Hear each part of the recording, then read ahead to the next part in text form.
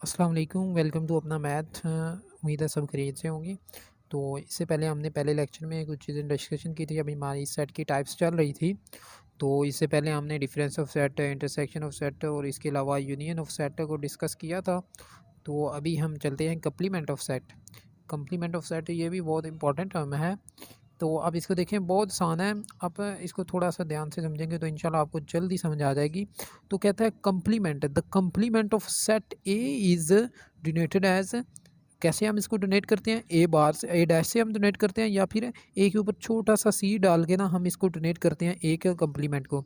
Which is the set of all element in universal set. इसमें आप देखें universal set use होता है। यूनिवर्सल सेट इससे पहले हमने जो वीडियो पहले बनाई थी उसमें मैंने कंप्लीट उसके बारे में डिस्कशन बताई है। आप उसको कंप्लीट देखें जाके तो आपको समझ आ जाएगी। यूनिवर्सल सेट क्या होता है? हमारे पास set of all basic sets, यानी उसमें तमाम के तमाम बेसिक सेट जो है हमारे पास वो आ जाते हैं। जितने भी बेसिक सेट हैं वो आ जाते हैं इसमें।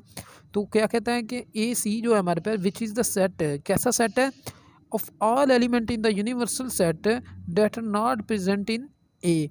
तो जिस सेट का हमने कंप्लीमेंट लेना होता है उस सेट के एलिमेंट्स को निकाल के यूनिवर्सल सेट में से जो बाकी हमारे पास सेट बच जाता है वो हमारे पास क्या होता है? उसका कंप्लीमेंट कहलाता है। अब देखिए, हमने ए का कंप्लीमेंट फाइंड करना है। तो जो हमारे पास ए सेट है उसको अगर हम यूनिवर्सल सेट में से माइनस कर देंगे, उसको हम उसमें से यानी कि उसका डिफरेंस ले लेंगे, उन एलिमेंट्स को उस यूनिवर्सल सेट में से निकाल देंगे, तो जो बाकी हमारे पास सेट बनेगा वो हमारे पास क्या होगा? ए का कंप्लीमेंट होगा। अब देखें, हम इसकी एग्जांपल को देखते हैं।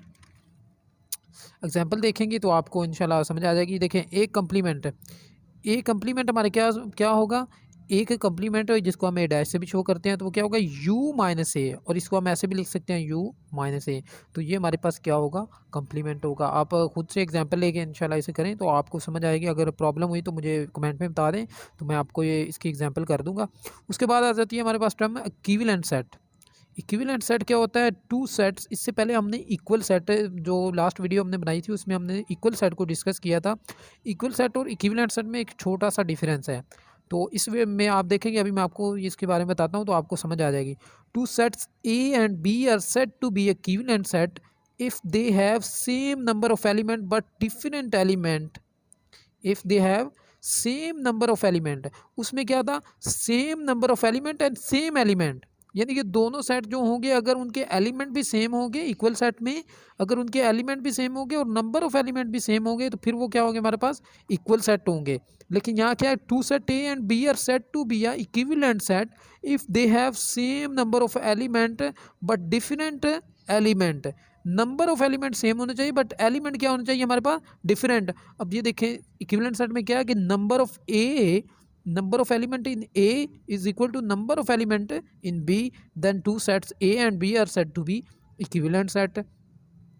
तो ये बहुत इजी है। अब देखें, एग्जांपल देख लेते हैं। ए क्या हमारे पास 1 2 3 4 5 है। इसमें क्या है? नंबर ऑफ एलिमेंट 5 है, और ये लेकिन है क्या हमारे पास? सेट किस चीज़ का है? ये हमारे पास सेट ऑफ नंबर्स है। सेट ऑफ नंबर्स है, नेचुरल नंबर्स हैं। इसमें देखिए 1 2 3 4 5, 5 नेचुरल नंबर है हमारे पास इसके।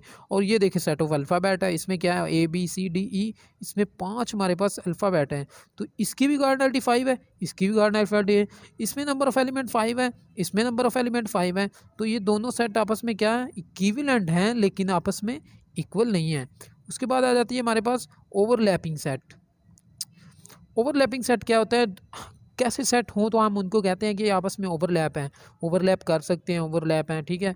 तो इसके बारे में देखें, two sets A and B are set to be overlapping set या overlap if at least one element. अब एटलीस्ट का लफ्ज़ आ गया, जहाँ पर आते हैं ना एटलीस्ट, तो उसका मतलब होता है कम अज़ कम एक एलिमेंट।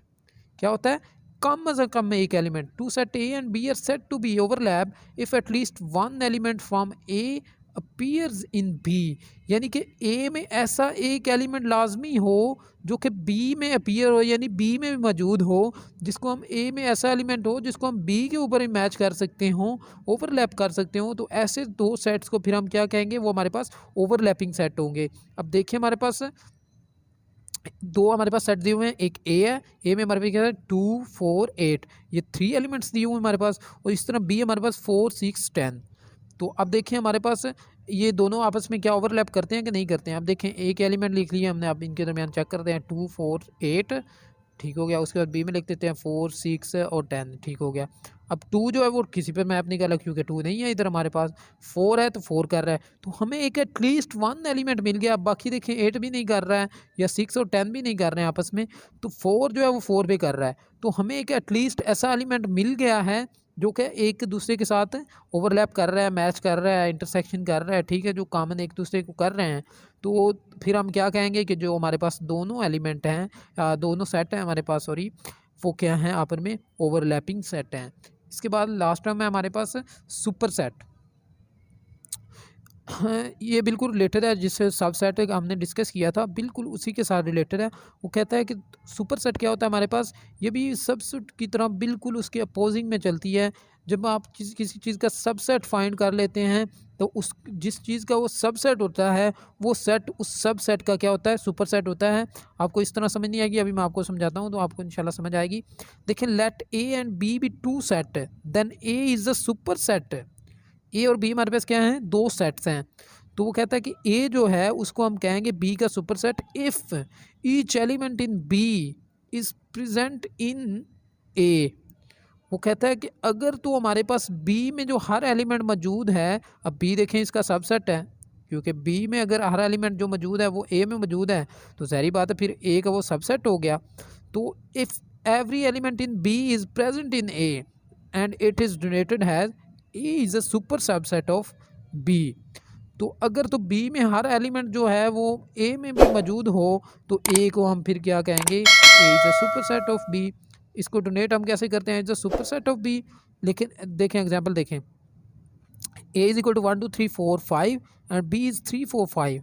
अब देखें बी का हर एलिमेंट ए में मौजूद है तो हम ए को क्या कहेंगे, इसका सुपर सबसेट है बी का, ठीक है ना, क्योंकि हर एलिमेंट बी का इसमें मौजूद है। लेकिन ए के लिए नेसेसरी नहीं है कि ए का हर एलिमेंट बी में मौजूद हो, अगर तो ऐसा हो तो फिर तो ये आपस में इक्वल हो जाएंगे, ठीक है ना। लेकिन अब देखें बी का हर एलिमेंट ए में मौजूद है तो बी क्या होगा, बी का अब ये देखें ये सबसेट है, इसका सबसेट बनता है ना, क्योंकि इसमें जितने भी एलिमेंट है वो इसमें मौजूद हैं।